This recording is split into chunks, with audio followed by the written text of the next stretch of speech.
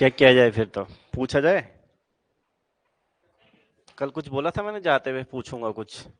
हम्म। पढ़ा है मैंने एक।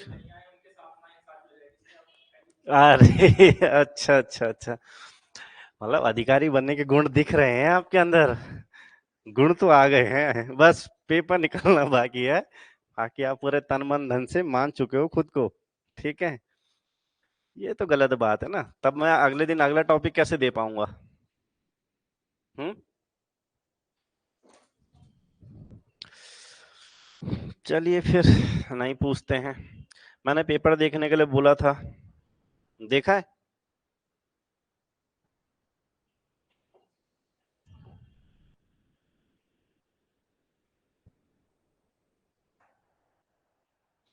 मैंने ये बोला था यूपी पीसीएस प्री का पेपर देख के आना। देखा था। इसीलिए जलवायु वाला टॉपिक बोला था ना, क्वेश्चन आया था। इसलिए बोलता कि थोड़ा पढ़ना उसे। ठीक है। कोई दिक्कत नहीं है, चलो हम तो आगे बढ़ेंगे फिर। कल हम एक चीज पढ़ रहे थे, थोड़ा फटाफट करते हुए चलेंगे। ठीक है। और एक आप लोग का एक क्वेश्चन था कल, आर्टिकल 67 के ख से या बी से हटाने की प्रक्रिया ना। हाँ, तो उपराष्ट्रपति को हटाने की प्रक्रिया, उपराष्ट्रपति राज्यसभा। तो उपराष्ट्रपति के अगर हटाने की प्रक्रिया है, उसकी प्रोसेस कहाँ शुरू होगी? राज्यसभा में होती है। ठीक है। तो राज्यसभा के सदस्यों द्वारा, मतलब साइन वाइन उनके, और लोकसभा का भी समर्थन चाहिए। तो उनका समर्थन चाहिए होता है। लाने का प्रयास कौन करेंगे? राज्यसभा वाले करेंगे। तो वो आर्टिकल 67 में ख में है। ठीक है। बाकी जो कल वाला टॉपिक है, अगर पुराने क्वेश्चन आप लोगों ने देखे होंगे तो बढ़िया है, नहीं देखे होंगे तो देखना। काफी जगह पूछा है, मंत्रिमंडल वाले क्वेश्चन काफी जगह पूछे गए हैं। मंत्रिमंडल क्या है तो मैंने कल इसलिए एक्सप्लेन किया था कौन कौन मंत्रिमंडल में है। तो जो जो आपने पढ़ा है वो सारी चीजें क्वेश्चन में पूछी जा चुकी हैं, इसलिए मैंने सिर्फ वही वही बताया था। आप एक बार क्वेश्चन देखोगे, आपकी समझ बन जाएगी फिर उसको लेते हुए। ठीक है। तो जब भी कोई टॉपिक पढ़ रहे हो तो तुरंत जाके उसको क्वेश्चन देख लो, पुराने सालों में क्या क्या क्वेश्चंस आए हैं। तब आपको समझ आ जाएगा कि भाई ये कितना हमारे लिए जरूरी है, और जो हम पढ़ रहे हैं उसमें से हमारे क्वेश्चन बन रहे हैं या नहीं बन रहे। ठीक है, क्योंकि हमें क्वेश्चन बनाने हैं भाई। ओके। तो संसद पढ़ रहे थे हम कल, है ना, आर्टिकल 79। ठीक है। तो संसद भवन के बारे में पढ़ लिया था, बिमल पटेल नाम पढ़ा था, जो नई हमारा संसद भवन बना है उसके जो आर्किटेक्ट हैं, वास्तुविद जिनको कहा जाता है, वो कौन है हमारे? ठीक है। किस किस से मिलकर बनती है आपके? तो संसद बनेगी आपकी राज्यसभा और लोकसभा से मिलकर बनेगी, और राष्ट्रपति जो रहता है, तो राष्ट्रपति के बारे में तो पढ़ ही चुके हैं, तो पहले संसद के बारे में पढ़ लेते हैं। ठीक है।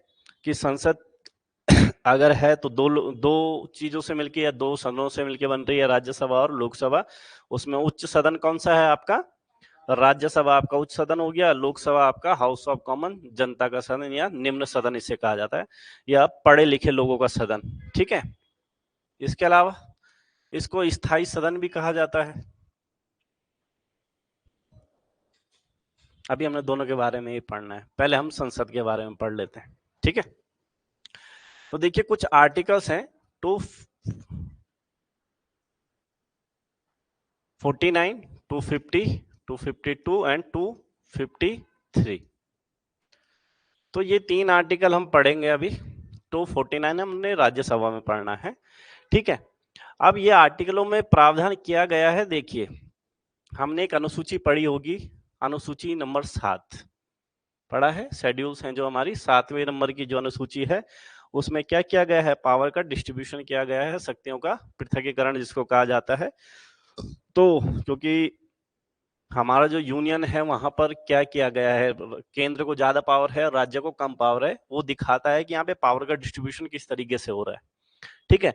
तो हुआ क्या है कि भाई हमने कामों को तीन भागों में बांट दिया है। एक है आपका संघ सूची, एक हो गया आपका कौन सा, राज्य सूची, और एक हो जाती है आपकी समवर्ती सूची। इन तीनों के बारे में आपको पता होगा, ये तो नहीं बताना कि इसमें कौन कानून बना सकता है। ठीक है ना।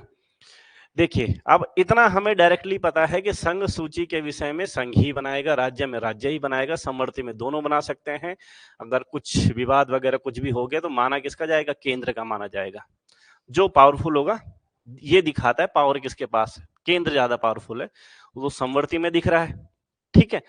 और पावरफुल है वो दिखेगा इनमें, इन चारों में, केंद्र पावरफुल है वो इन चारों में भी दिखाई देगा, ठीक है। तो चार में से अभी हम सिर्फ 3 पढ़ रहे हैं संसद में। देखिए आर्टिकल 250 में क्या लिखा है कि अगर आपातकाल जैसी कंडीशन हो, 250 में अगर क्या कहा गया है, अगर क्या हो, इमरजेंसी हो, तो इमरजेंसी के समय संसद राज्य सूची पर कानून बना सकती है। यानी कि हमारी संसद, संसद का मतलब समझ गए, संसद का मतलब दोनों लोग, ये क्या कर सकते हैं, राज्य सूची में कानून बना सकते हैं। क्या कह रहा है आपका आर्टिकल 250 कह रहा है, ठीक है। 250 में ये बात की गई है, ठीक है।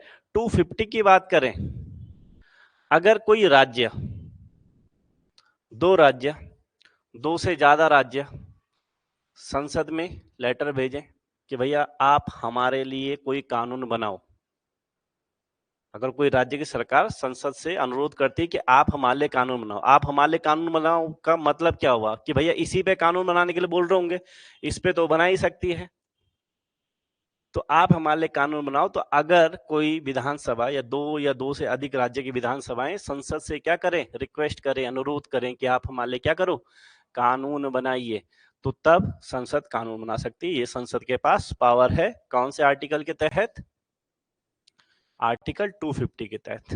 250 और 252 क्लियर हो गया। 250 में क्या था, आपातकाल के समय बनाया जा सकता है। हाँ, एक चीज याद रखना, अगर आपातकाल के समय संसद के द्वारा कोई कानून बनता है राज्य सूची के विषय पर, ठीक है, तो उसका कोई टाइम पीरियड नहीं है, क्योंकि आपातकाल कितने भी लंबे समय तक का हो सकता है।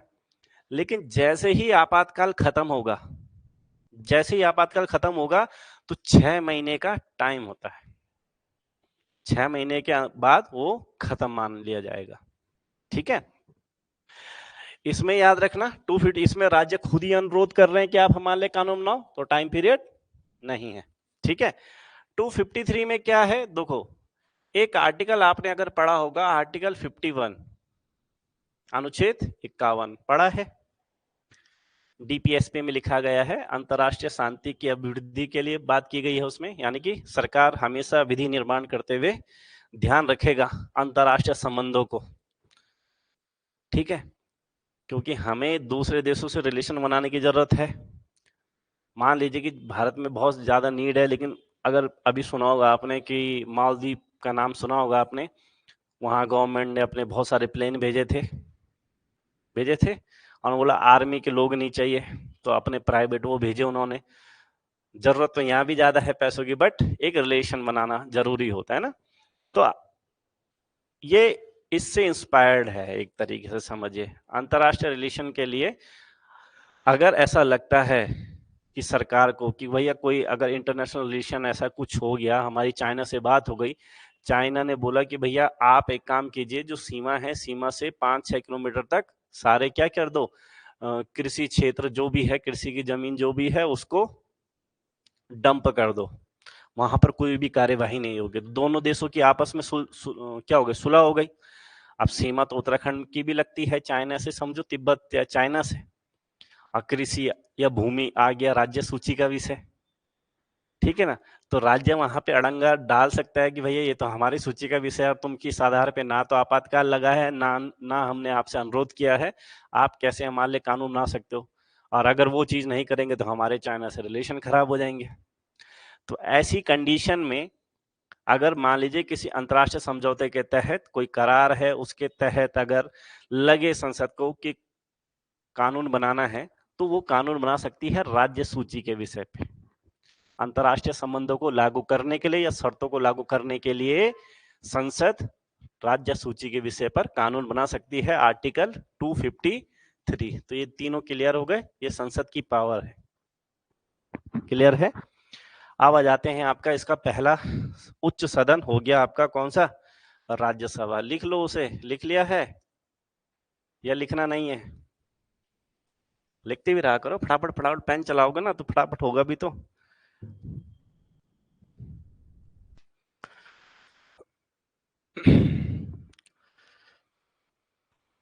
दो 250, 251, सॉरी 252 और 253, ठीक है।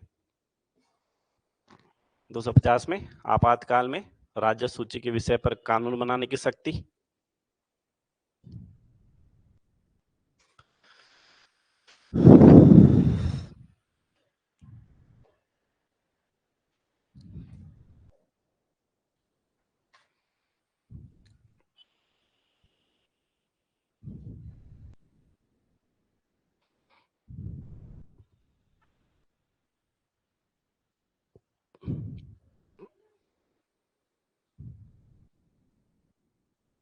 लिख दिया, 252 भी लिख दिया, 253 भी लिख दिया, छूटा तो नहीं ना।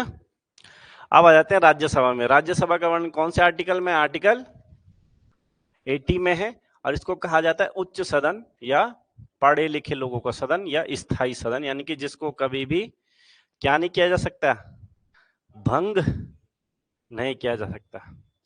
अच्छा, इसका विघटन किया जा सकता है, राज्यसभा का विघटन किया जा सकता है। हाँ, बस भंग नहीं कर सकते, विघटन कर सकते हैं। अंतर क्या है? नहीं कर सकते हैं, विघटित नहीं कर सकते, ठीक है। जो किया जा सकता है वो वर्ड चलता है स्थगन, स्थगित कर सकते हैं। कोरम तो चाहिए ना बैठक के लिए भैया, कम से कम लोग तो चाहिए, नहीं आए लोग वैसे थोड़ा कि बैठक हो जाएगी। तो 3 वर्ड चलते हैं। देखिए, राष्ट्रपति के पास जो पावर है लोकसभा के संदर्भ में, सो राष्ट्रपति कह रहा हूं मैं, हाँ, राष्ट्रपति के पास जो पावर है वो संसद के सत्र को बुला सकता है, जिसको आहूत करना कहते हैं, सत्रावसान, यानी कि भैया जाओ अपन अपने क्षेत्र में काम करो, या लोकसभा का भंग कर सकता है, विघटन कर सकता है। लेकिन लोकसभा को स्थगित करने का जो अधिकार है वो लोकसभा अध्यक्ष के पास है। सेम चीज हम यहां भी पढ़ेंगे कि राज्यसभा को स्थगित, यानी कोरम तो पूरा होना चाहिए ना, कोरम पूरा नहीं है तो भैया बैठक नहीं हो पाएगी, ठीक है। तो राज्यसभा में जो सीटें हैं, कितनी सीटें हैं? 250 सीटें हैं। राज्यसभा की सीटें कितनी हैं? 250 सीटें हैं, इसको याद रखिएगा। और एक डेट याद रखिएगा, 13 मई 1952 को राज्यसभा की पहली बैठक, ठीक है। और अगर राज्यसभा के गठन की बात की जाए तो 3 अप्रैल 1952 को,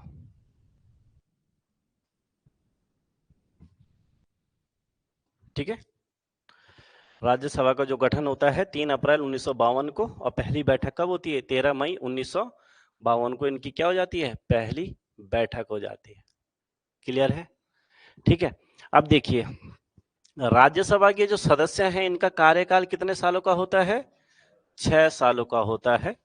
और इनका जो चुनाव होता है, इनका जो चुनाव होता है, देखो अब राज्यसभा के बारे में आपने सुना होगा, लोकसभा का जो सांसद है वो तो बताएगा मैं कहाँ से सांसद हूँ, कि मैं टिहरी लोकसभा सीट से सांसद हूँ, हरिद्वार लोकसभा सीट से सांसद हूँ, यही तो बताता है। लेकिन क्या राज्यसभा का सांसद भी ऐसे बताता है? जैसे मनमोहन सिंह जी के बारे में बोलते हैं ना कि असम से सांसद थे, राज्यसभा के थे, तो असम पूरा स्टेट, तो ऐसा नहीं है उसमें। ऐसा निर्वाचन जो क्षेत्र इस हिसाब से तय नहीं किया जाता, जनसंख्या देखी जाती है, क्षेत्र देखा जाता है कि इस क्षेत्र में कितने लोगों को प्रतिनिधि होना चाहिए। तो उत्तराखंड से 3 राज्यसभा के सांसद है, यही लाइन परफेक्ट बनती है उसके लिए। तो उनका कोई ऐसा पर्टिकुलर क्षेत्र नहीं होता है। अब जनसंख्या जब हम काउंट करेंगे, आगे काउंट करने का मतलब ऐसा नहीं है कि हमारी जनसंख्या आगे बढ़ नहीं रही है, हर बार ही बढ़ रही है, लेकिन काफी समस्याएं पैदा हो सकती हैं। आपने सुना होगा इस बार हमारी एक पार्टी थी जिसका नारा था अब की बार 400 पार, था? वोट दिया इस बार? और क्यों रहा होगा? वो 400 लोग चाहते क्यों थे? मैक्सिमम, देखो एक चीज समझते हैं। देखो, एक आयोग होता है परिसीमन आयोग, सुना है इसका नाम? शुरू इसके बारे में तो कहा यार, चुनाव से पहले इसका गठन होगा, चुनाव से पहले देखा जाएगा, ये देखेगा कि भैया देखो ऐसा नहीं हो सकता ना कि कहीं 1000 लोगों पे एक विधायक है और कहीं 1 लाख लोगों पे एक विधायक है। तो ये इनबैलेंस नहीं हो रहा है, अनबैलेंस नहीं हो रहा है, हो रहा है कि भैया कहीं पर क्या है, ज्यादा लोगों के लिए है एक व्यक्ति, कहीं पे कम लोगों के लिए, तो पावर डिस्ट्रीब्यूशन अलग अलग हो गया। तो ऐसा नहीं होना चाहिए, ठीक है। इसलिए हर बार परिसीमन आयोग के गठन की बात की है कि हर 5 साल बाद परिसीमन आयोग का गठन होता है और चुनाव से पहले सारी चीजें देखता है, उस हिसाब से सीटें वगैरह होती है। तो शुरू में तो बढ़िया था, फिर भारतीय लोग तो मजेदार लोग हैं, ठीक है, उस हिसाब से संख्या बढ़ती रही। 1971 तक आते आते कान पकड़ लिए, 1971 तक आते आते कान पकड़ लिए। कान क्या पकड़ लिए कि देखो जितनी ज्यादा जनसंख्या उतनी सीटें होनी चाहिए, पर दिक्कत ये है ना कि अगर जनसंख्या पूरे भारत में बराबर तरीके से बढ़ रही हो तो बात है। देखो जब अंग्रेज लोग यहाँ पे आए तो उनका जो प्रभाव ज्यादा रहा वो बंगाल, साउथ वाले क्षेत्र में ज्यादा रहा। तो वहां के लोग का इतिहास भी अच्छा है और वहां के लोग पढ़े लिखे भी ज्यादा अच्छे हैं। जितने भी आप समाज सुधारक या जितने बड़े बड़े संगठन सुनोगे तो मुंबई और आपका मतलब महाराष्ट्र और बंगाल इसी क्षेत्र में सुनोगे, या मद्रास इन साइडों में सुनोगे। क्यों? पढ़े लिखे ज्यादा थे। तो जब सरकार के द्वारा नीति चलाई गई, परिवार नियोजन कार्यक्रम, हम दो हमारे दो, तो पढ़े लिखे थे, उन्होंने इस बात को माना। और उत्तर भारत के लोग कहाँ सुनने वाले थे। आप ही अपने से एक जनरेशन पीछे देख लो, तो बहुत कम होंगे जिनके माता पिता लोग एक एक भाई बहन हो या दो दो भाई बहन हो। वो होंगे ही 3 ताऊ लोग हैं, 4 चाचा लोग हैं, इतनी बुआएं हैं, देखने को मिलता है ना ये। तो जनसंख्या जो बड़ी उत्तर भारत की, साउथ में नहीं है उतनी जनसंख्या जितनी कहा है भैया यूपी की जनसंख्या देख लो, 22-23 करोड़, अब तो पता नहीं कितनी होगी, उतनी अमेरिका की जनसंख्या है, सोचो। तो समझ सकते हो ना आप इस चीज को कि अगर अगर जनसंख्या के हिसाब से सीटें निर्धारित करने लग जाएं तो तब तो सबसे ज्यादा सीटें, वैसे भी यूपी में सबसे ज्यादा सीटें हैं, लेकिन तब देख लो कितनी सीटें वहां हो जाएंगी। मानते हैं इस चीज को? आपने देखा होगा कि साउथ में अलग अलग पार्टियां बहुत चलती हैं, उनकी विचारधारा बहुत अलग है। और जो वर्तमान में पार्टी, इसका जो गढ़ है वो नॉर्थ इंडिया ही तो है। इनकी पार्टी वहीं चलती है जहां लगभग लगभग हिंदी बोली जाती है। साउथ में बड़ा टफ हो जाता है ना इनके लिए सीटें लाना, दिक्कत है। तो इसलिए क्या किया गया 1971, उसमें बोला गया कि भैया जो भी सीटें हैं, जो भी सीटें निर्धारित की जाएगी वो कौन सी जनसंख्या के हिसाब से निर्धारित की जाएगी? 1971। तो जो अभी वर्तमान में सीटें हैं, आप देखते होंगे लोकसभा वगैरह की, या जो भी राज्यसभा है, लोकसभा है, जो भी सीटें निर्धारित की गई है वो कौन सी जनगणना पे आधारित है? 1971। सोचो 1971 से अब तक हमारी जनसंख्या कितनी हो गई है, ठीक है। दूसरा फिर 2001 में देखा जाएगा, प्रावधान किया गया 2001-2 में, जब फिर देखा तो उन्होंने बोला भैया फिर कान पकड़ लिए, तो उसको सीधा कब तक कर रखा है? 2026 तक, जो इस टर्म्स में आना था, जो इस बार आना था। हर इस बार क्योंकि जब इसको पास करना है, चेंज करना है, तो विशेष बहुमत चाहिए, ज्यादा लोग अपने हिस्से में चाहिए, इसलिए नारा दिया गया था, समझे। और 2026 आने वाला है और वो इसी बार आना था, इसीलिए बहुत सारे लॉजिक होते हैं। क्यों? क्योंकि इसमें क्या कहा गया, एक स्टेटमेंट चली कि देखो जिस बच्चे ने होमवर्क किया उसको पनिशमेंट मिल रही है, जिस बच्चे ने अच्छा काम किया उसको, जिन लोगों ने अपनी जनसंख्या पर कंट्रोल किया उनको ही सजा मिल रही। बोला जा रहा है कि अब तो जनसंख्या के हिसाब से होगा, अब तो नहीं हो पाएगा, देखते हैं, पर वैसे मुश्किल है वो हो पाएगा। लेकिन अगर हो जाता तो सोचो यूपी से कितने सांसद हो जाते, बिहार से कितने हो जाते, मध्य प्रदेश से कितने सांसद हो जाते, समझ रहे हो। तो जरूरत ही नहीं थी फिर साउथ की। तब तुम वोट दो ना दो, तुम्हारे यहाँ से अगर 40 आ रहे हैं तो यहाँ से 100-200 आ रहे। तो ये बड़ी समस्या है। तो प्रोजेक्ट आपने सोचा होगा ना कि अगर संसद भवन बनाया जा रहा है 888 सीटों का लोकसभा, तो क्यों बनाया जा रहा है, क्या सोच के बनाया जा रहा है? रीजन होगा ना उसका कुछ, अब की बार कोई तो रीजन होगा ना। यही रीजन था क्यों बना रहे। आप घर बना रहे हो, 4 मंजिला बना रहे हो, क्या सोच के बना रहे हो? यही सोच के बनाओगे शादी होगी बच्चे होंगे, तो प्लानिंग होगी तब आप निर्माण करें। जीवन भर अकेले रहना तो क्या कर लो फिर ऊपर नीचे। तो हर एक चीज की क्या होती है, प्लानिंग होती है। ठीक है, तो ध्यान रखना इस चीज का। तो अभी तो राज्यसभा में सीटें हैं कितनी, 250 सीटें। कार्यकाल कितना होता है, 6 साल का, और उसमें से 1/3 लोग हर 2 साल बाद हटते रहते हैं। मतलब हर कोई कार्यकाल हर किसी का 6 साल ही पूरा होता है, लेकिन अलग अलग टाइम पीरियड में पूरा हो रहा होता है। ठीक है भाई, आज से 2 साल बाद न जाने कितने लोगों का कार्यकाल पूरा होगा, तो 1/3 लोग का कार्यकाल पूरा होता है, उनको हटते हैं और 1/3 लोग नए आते हैं। ठीक है, उसका रीजन ये भी कि भैया एक ही टाइम पे अगर चुनाव होगा तो राज्यसभा नहीं होगी, कुछ टाइम के लिए तो नहीं होगी, और ऐसा हो ही नहीं सकता, क्योंकि वो क्या है, स्थायी सदन है जो हमेशा रहना चाहिए। लोग कम हो सकते हैं वो बात अलग है, लेकिन सदन रहना चाहिए, इसलिए ऐसा वाला प्रावधान किया गया। तो इस तरीके से नियम बनाए गए कि हर एक मतलब हर 2 साल बाद 1/3 लोग का कार्यकाल पूरा हो रहा हो। तो याद रखना, हर 2 साल में 1/3 लोग क्या होते रहते हैं, रिटायर होते रहते हैं। ठीक है, इसके अलावा एक आर्टिकल याद रखिएगा, आर्टिकल 83 या 80 में क्या कहा गया है कि जो प्रेसिडेंट है, जो राष्ट्रपति है, वो राज्यसभा में 12 लोगों को क्या कर सकता है, मनोनीत कर सकता है, नॉमिनेट कर सकता है, जो कला, विज्ञान, सामाजिक कार्यों, पत्रकारिता, ठीक है, इन क्षेत्रों से आते हैं या इस क्षेत्र में विशेष अनुभव रखते हैं। तो राष्ट्रपति के पास राज्यसभा में 12 लोगों को मनोनीत करने की क्या है, शक्ति है। ठीक है, इसके अलावा एक है आर्टिकल 89, जो शायद आपको कंफ्यूज कर सकता है, क्योंकि कल अगर याद होगा तो आपने एक आर्टिकल पढ़ा था, आर्टिकल 64। आर्टिकल 64 में क्या था, और आर्टिकल 89 में क्या है, उपराष्ट्रपति राज्यसभा का पदेन सभापति होगा। ठीक है, कंफ्यूज, एक ही चीज दो दो बार क्यों लिखी गई है ना,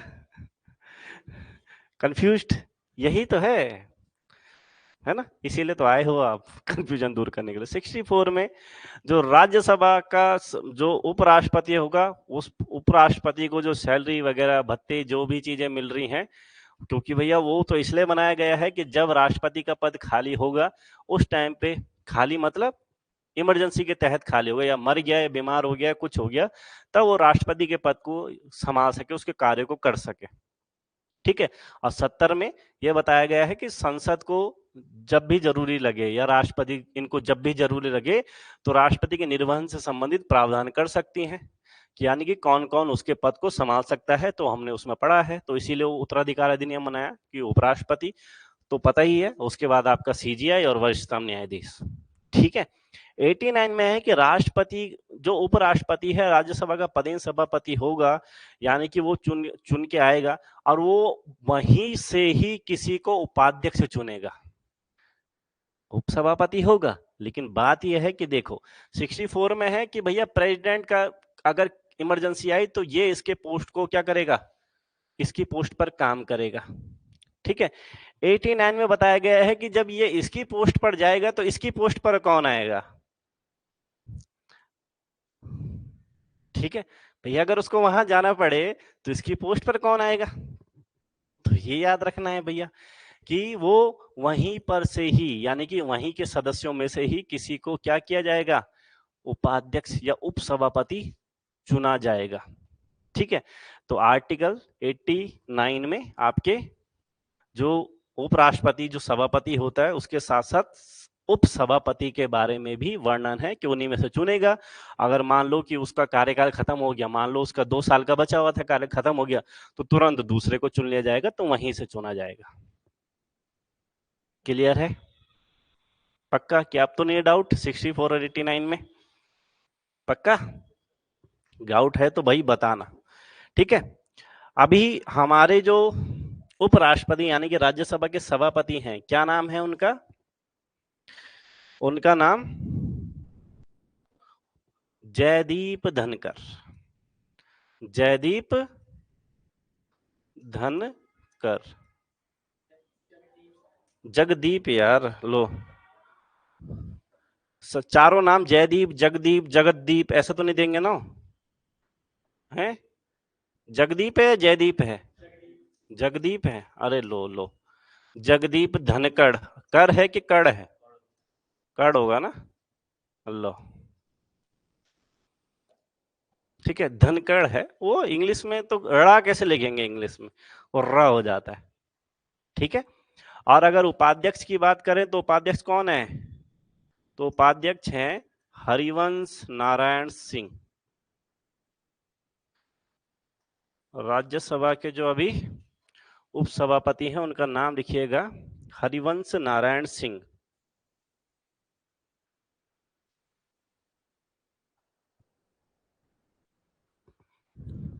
ठीक है,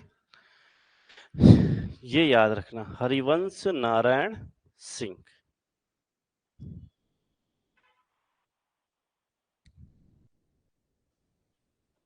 ठीक है, चलिए, भारत के पहले उपराष्ट्रपति कौन हुए? सर्वपल्ली राधाकृष्णन, क्योंकि 2 बार राजेंद्र प्रसाद थे तो 2 बार उपराष्ट्रपति, तो जाहिर सी बात है कि राज्यसभा का पहला सभापति कौन था? सिंपल चीज है, राज्यसभा का पहला उपसभापति का नाम लिखिएगा। राज्यसभा के पहले जो उपसभापति रहे उनका नाम लिखिएगा SV कृष्णमूर्ति राव। SV कृष्णमूर्ति राव उनका नाम लिखिएगा। SV कृष्णमूर्ति राव नाम लिखिएगा उनका। ठीक है,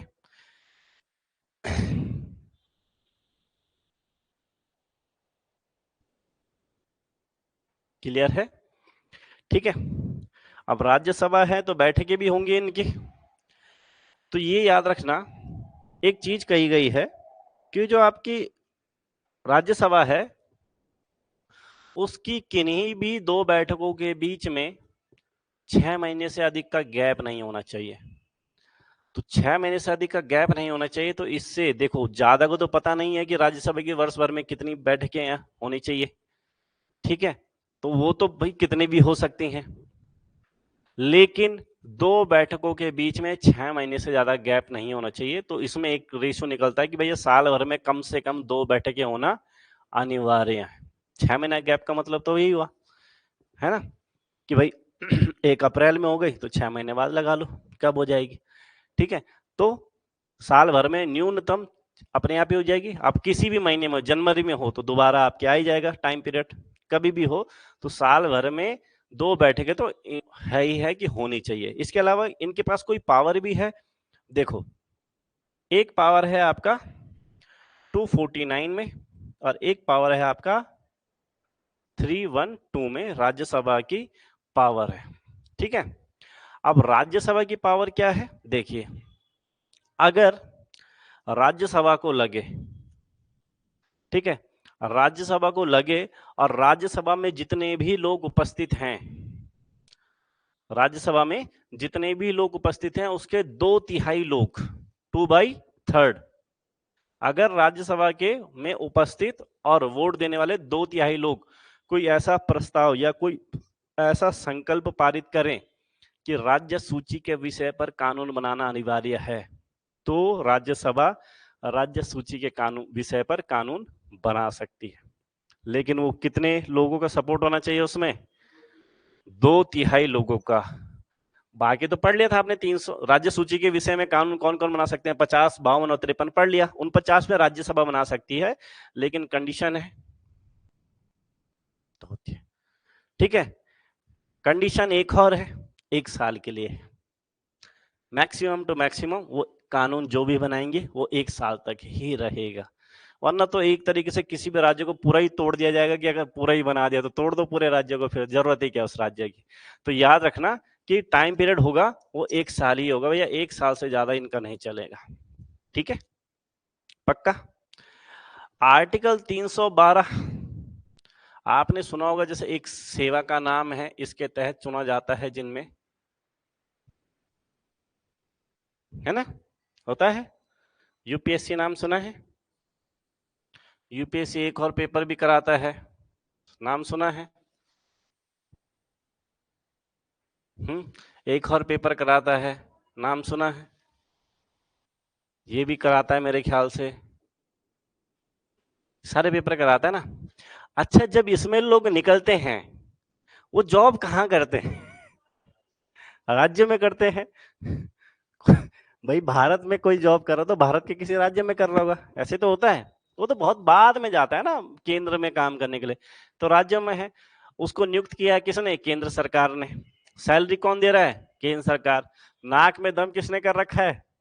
मतलब किसके कर रखा है? राज्य सरकार के। आपने काफी पिक्चरें देखी होंगी, उसमें एक डायलॉग होता है ना कि तू क्या कर सकता है अगर जब हीरो हो बड़ा अधिकारी, तो ज्यादा तू क्या कर सकता है? मेरा ट्रांसफर कर सकता है, तेरी तो कुर्सी 5 साल बाद जाएगी, मेरे को तो नए नए लोगों को सलाम करने की आदत है, पर मेरे को तो तू टर्मिनेट नहीं कर सकता है, ज्यादा मेरा क्या कर सकता है? ट्रांसफर कर सकता है। तो जब हम केंद्र राज्य संबंध पढ़ेंगे तो उसमें बहुत बड़ी दिक्कत पैदा करता है 312, क्योंकि बहुत बार राज्यों को कहना हो चुका है कि भैया हमारे अपने लोक सेवा आयोग है, अपने यहाँ के अधिकारी हम खुद चुन लेंगे, केंद्र से हम पे मत थोपो। क्यों? क्योंकि उन पर अधिक नेताओं की बड़ी कम चल पाती है, और चलाने का फिर एक ही तरीका होता है, बाहुबल का यूज करो, उसको भारी रूप से धमकाओ। लेकिन ऑफिशियली रूप से धमकाना बड़ा मुश्किल होता है, क्योंकि उसे पता है निकाल नहीं सकते हैं ये लोग।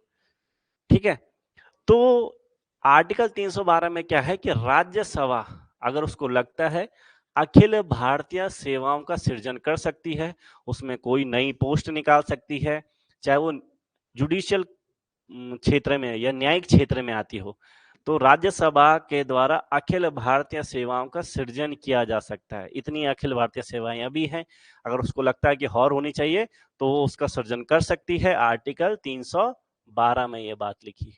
तो ये पावर भी राज्यसभा के पास ही है, क्योंकि पढ़े लिखे लोगों का सदन है, तो पढ़ी लिखी बातें उनसे ही एक्सपेक्ट की जाती है कि यही करेंगे। ठीक है, हालांकि अभी तो कोई पढ़ा लिखा बहुत कम बैठे हैं वहां पे। ठीक है जी। अरे जय बच्चन तो चलो, कोई नहीं, क्या ही बोले ने।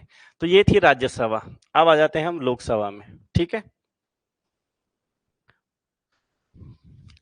लोकसभा ये है जनता का सदन, आर्टिकल 81। लोकसभा जनता का सदन, आर्टिकल 81। ठीक है, आर्टिकल 81 में लोकसभा जनता का प्रतिनिधित्व करती है। अच्छा, एक क्वेश्चन आया, अभी हम शायद पढ़ेंगे भी, अविश्वास प्रस्ताव। अब क्वेश्चन कभी घूम के आपसे पूछ लिया कि विश्वास प्रस्ताव सदन में कौन लेके आता है, उसका आंसर क्या होगा? क्योंकि पूछा गया क्वेश्चन है, यहाँ नहीं पूछा है तो कहीं और पूछा है, कहीं और पूछा है तो यहाँ भी पूछ सकता है। विश्वास प्रस्ताव कौन लेके आता है? क्वेश्चन है ना, अच्छा नहीं लगा क्वेश्चन? कौन लेके आएगा? मंत्रिमंडल लेके आएगा अपने लिए। मंत्रिमंडल, अविश्वास कौन लाएगा? विपक्ष वाले लेके आएंगे हमेशा कि भैया हमें इस पे भरोसा नहीं है, तो उनको अपना बहुमत साबित करना होगा, यानी कि विश्वास प्रस्ताव लाए। देखो कुछ नहीं जानकारी आपको पहले से थी, शब्दों का खेल है सारा का सारा। विश्वास प्रस्ताव कौन लाएगा? अच्छा, जब भी अविश्वास प्रस्ताव लाया जाएगा, नॉर्मली देखो, राज्यसभा तो आपको पता है ना भैया, स्थायी सदन है, वो तो विघटित नहीं हो सकती। विघटन हो किसका सकता है? लोकसभा का विघटन हो सकता है। तो अविश्वास प्रस्ताव हमेशा कहाँ लाया जाता है?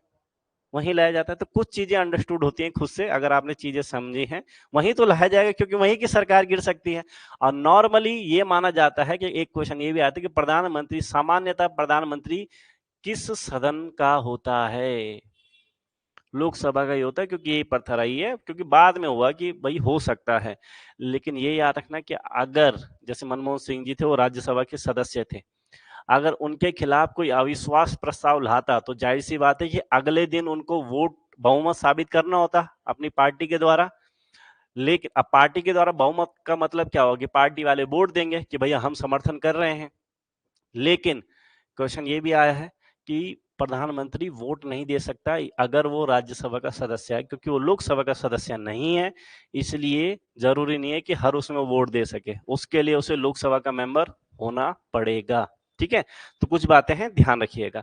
आर्टिकल 81, ठीक है, आर्टिकल 81 में क्या कहा गया है? लोकसभा जनता का प्रतिनिधित्व करेगी। ठीक है, इसको निम्न सदन, लोअर सदन कहा जाता है। सीटों की संख्या है आपकी 352। पहली लोकसभा का जो कार्यकाल चला था, डेट याद रखना भैया, कब से कब हुआ था पहला, ये लिखा गया है ना कि पहली बैठक से कार्यकाल 5 वर्षों तक का होगा, है ना। तो 17 अप्रैल 1952 याद रखना, ठीक है, 17 अप्रैल 1952, इसको थोड़ा सा ध्यान रखेंगे। सीटों की संख्या कितनी है, 552 है। अब इसका डिस्ट्रीब्यूशन किस हिसाब से किया गया है, देखो 530 सीटें हैं, वो किसके लिए हैं, स्टेट्स के लिए हैं, ठीक है।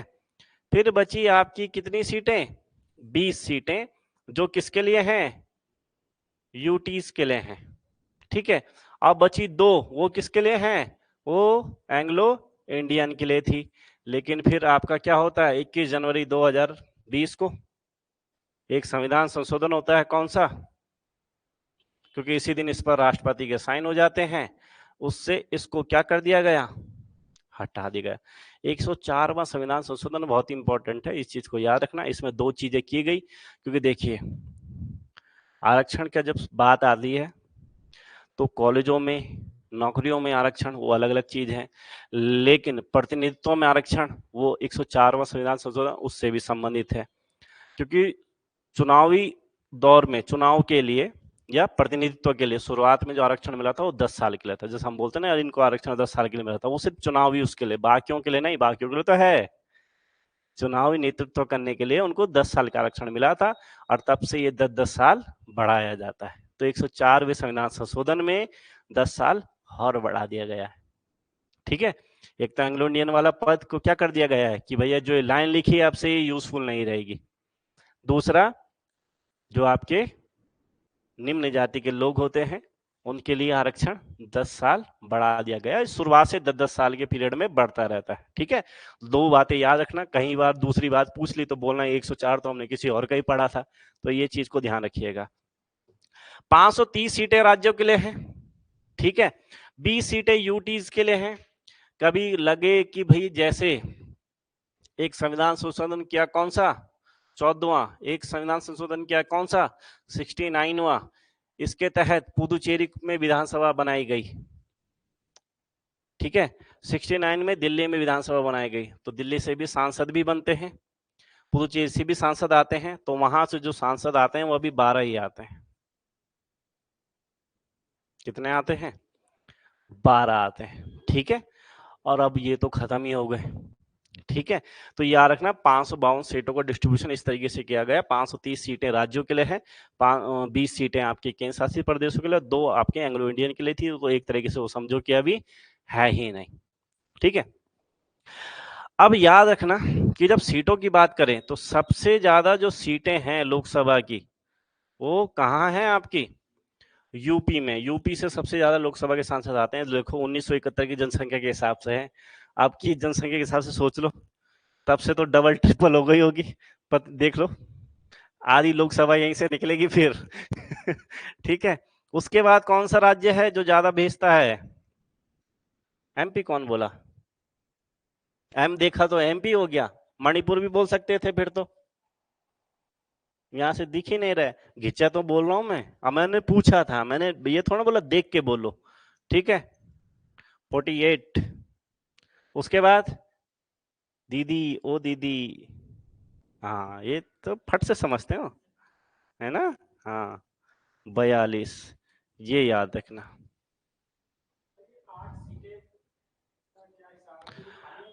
ओ ये भविष्य के लिए है ना, भविष्य के है जी, सीटें तो 552 ही है, वो 2 भरेंगी नहीं, सीटें तो 5 वो खाली रहेंगी। संविधान के मूल ढांचे में परिवर्तन नहीं किया जा सकता, केशवानंद भारतीवाद नहीं कर सकता, तब बढ़ाओ, हम्म नहीं 2026-21 की भी हो सकता है, तब थोड़े ना है, किसी भी हो सकता है। हम्म हम्म। हो जाएंगी, हो सकती है भैया, होनी होगी होगी। मूल ढांचे में है, लेकिन नेतृत्व देखो, मूल ढांचे का मतलब है कि नहीं, सीटें तो शुरुआत में तो 500 थी, शुरुआत में तो 500 थी। देखो होता क्या है कि अगर जरूरी है ना नेतृत्व प्राप्त करना हर व्यक्ति के लिए, तो वो अगर कोई चीज ऐसी है जिससे अगर कुछ गड़बड़ नहीं हो रहा है संविधान में, तो वो तो ऐड होती है। इतने संविधान संशोधन हुए हैं तो ऐड ही तो हुए हैं कहीं ना कहीं, तो संख्या बढ़ जाएगी, संख्या बढ़ने में कोई दिक्कत नहीं है। ये 552 सीटें हैं तो ये हैं, बस इसमें भरे नहीं जाएंगे। अब ऐसा नहीं हुआ कि एंग्लो इंडियन नहीं है तो 2 सीटें खत्म कर दिया। अब हमने ये बोल दिया कि 19(1)(4) में अगर लिखा है कि संपत्ति का अधिकार हट गया, या 31 में संपत्ति का हट गया, तो ऐसा नहीं है कि जो उसके पीछे वाला था वो अब उसमें आएगा, ये नहीं रहेगा। ये यूज में नहीं है तो इसके आगे कट होगा, लेकिन ये लिखा तो आज भी ऐसे ही है, गया है संविधान में। ठीक है, तो ये लाइन हम पढ़ते ही नहीं है फिर। हम्म। एंग्लो इंडियन जब करना ही नहीं है आगे, तो फिर उसमें क्यों बढ़ाएंगे? एंग्लो इंडियन भैया लोग ही कम है, अगर इतने ज्यादा लोग होते तो उनका व्यक्ति भी चुन के आएगा सीधा सीधा। वो कम है, इसलिए उनकी आवाज उठाने के लिए संसद में 1-2 व्यक्ति चाहिए होते थे, तो 2 कर लेते थे। अब वो भी सरकार इसलिए करती थी कि 2 वोटर एक्स्ट्रा मिल जाएंगे हमें, राष्ट्रपति उनका अपना है, तो 2 वोटर एक्स्ट्रा ही तो मिलेंगे उन्हें, तो फायदा ही तो है, तो इसलिए करती थी है।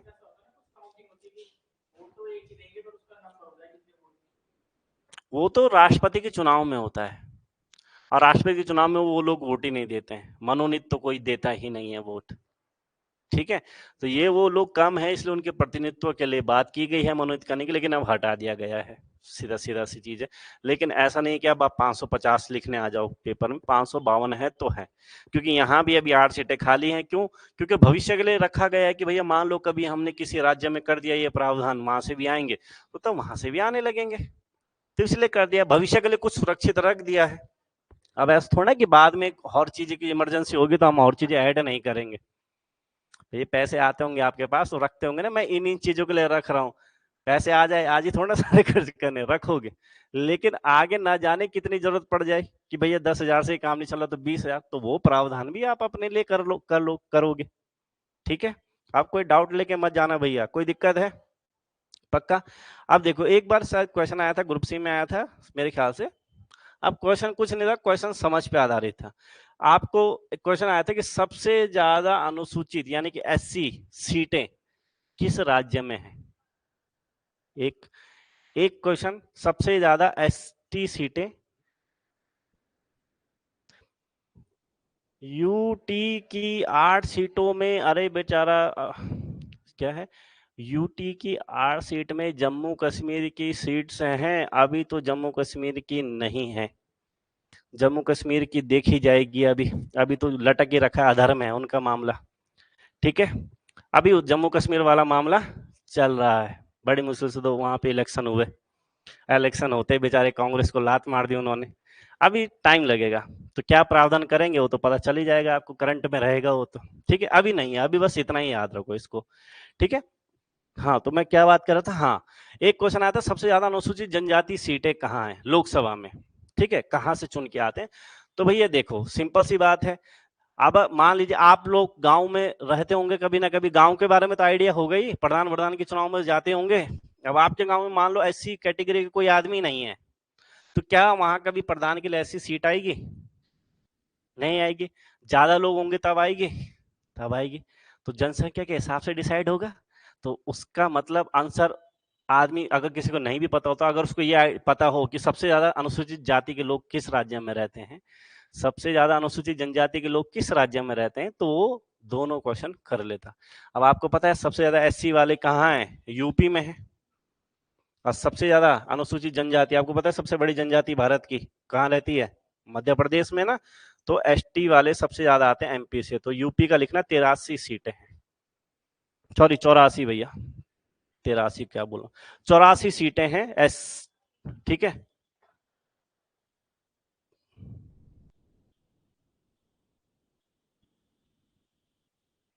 मैं कुछ गलत बोल गया क्या? अरे नहीं, अरे अरे अरे अरे, मैं एक चीज गलत बोल गया फिर। इसको मैं डेटा बाद में बताऊंगा, फिर इतना मुझे अभी थोड़ा सा क्लियर नहीं है, सीटें थोड़ी सी गड़बड़ हो गई है।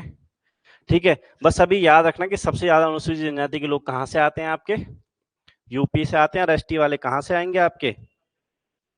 ठीक है, अभी इतना याद रखो, थोड़ा सा डेटा में गड़बड़ हो गई है, वो डेटा मैं आपको फिर कल क्लियर कर दूंगा। ठीक है, 80 तो टोटल सांसद आ रहे हैं, वहां से ज्यादा कैसे आ जाएंगे, हो गया इतना। अब इसके लिए क्या क्या प्रावधान किए गए हैं, तो आर्टिकल लिखेंगे एक, आर्टिकल 83,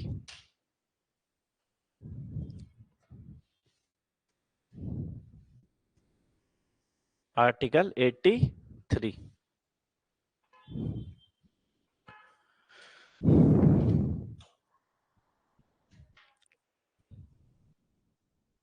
ठीक है, अब आर्टिकल 83 में क्या बात की गई है और इमरजेंसी के लिए क्या बात की गई है, तो याद रखना, आर्टिकल 83 में क्या कहा गया है कि जो लोकसभा का कार्यकाल प्रथम बैठक की तिथि से अगले 5 सालों के लिए होगा, लेकिन अगर इन केस इमरजेंसी है तो उसका कार्यकाल बढ़ाया जा सकता है एक बार में 1 साल के लिए, एक बार में 1 साल के लिए। जैसे आपका 1975 वाली जब आप पढ़ते हो इमरजेंसी, वहां पर एक एक साल के लिए 2 बार बढ़ाया गया था, यानी कि एक बार में आप सिर्फ 1 साल के लिए ही बढ़ा सकते हो।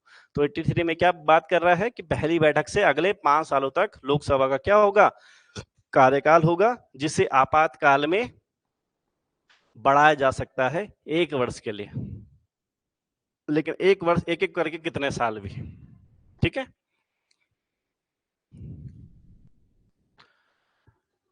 इसके अलावा जो लोकसभा होगी किसके लिए उत्तरदायी होती है, या सॉरी मंत्रिपरिषद किसके लिए उत्तरदायी होता है, आंसर पता है आपको, किसके लिए होता है, लोकसभा के प्रति उत्तरदायी होता है, क्योंकि लोकसभा डायरेक्टली जनता को प्रतिनिधित्व करती है।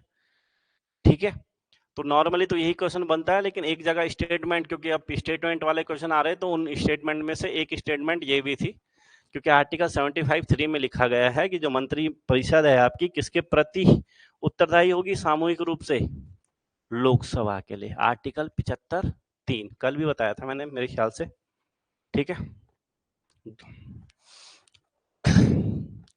इसके अलावा एक संविधान संशोधन जो बहुत पूछा जाता है, वो है आपका 61वां संविधान संशोधन, 61वां संविधान संशोधन।